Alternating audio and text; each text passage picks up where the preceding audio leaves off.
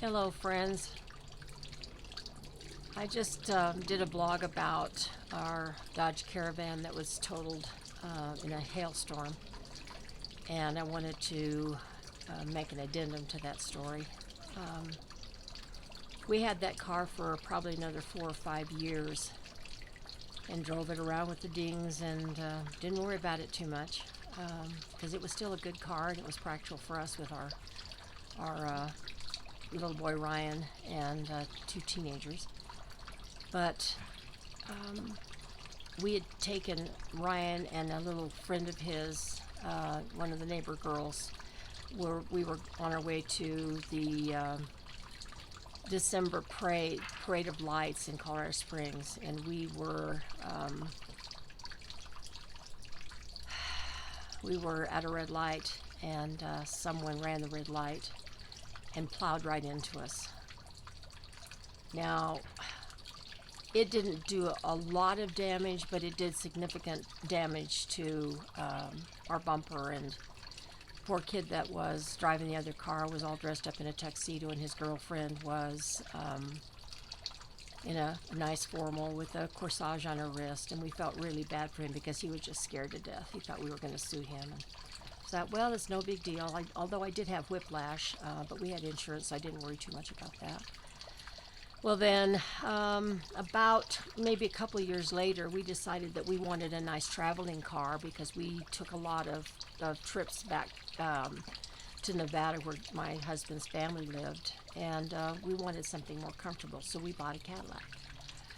And my mother always thought, oh, anybody that drives a Cadillac, they're show-offs, they're highfalutin, but I didn't care because I really liked the looks of a Cadillac, and it was very comfortable. And so we bought this car, and it was in pristine condition, not a scratch on it. And I made sure that I kept that car in the garage, so if it hailed, it wouldn't get ruined while it was in the garage. And every time I parked it in the outer edge of the parking lot, so it wouldn't get any door dings. And I just babied that car. I was very, very proud of that car. And you know what the Lord says about pride. So one morning, I heard the Lord say, today's the day.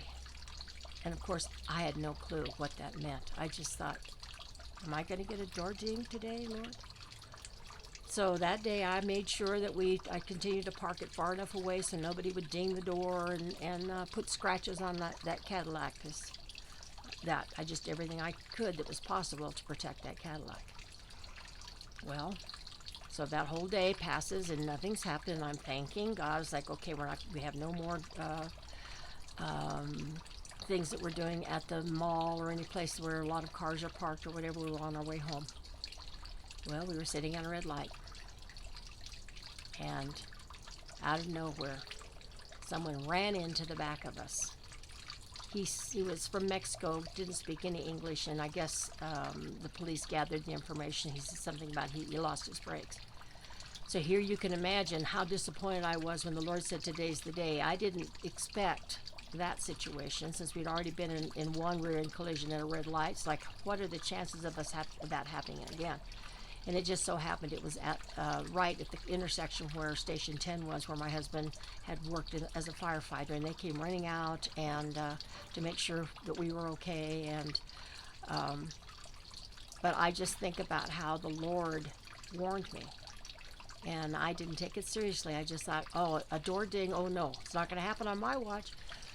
Well, this was out of my control, and it just shows you that we aren't in control of anything. That the Lord has us in the palm of his hand, and if he chose to have that pristine Cadillac have a big owie on the back end of it, then so be it. So anyway, we're on our third Cadillac, and it was one of those situations where it reminded me that the Lord is sovereign, his ways are sovereign, and that I am not in control. I never have been, I never will be. So anyway, I thought you'd get a kick out of this story, and just to show you that I'm very human and prideful, and a lot of things that the Lord's still working with me on. So anyway, I hope you got a kick out of this story. Take care now. Bye-bye.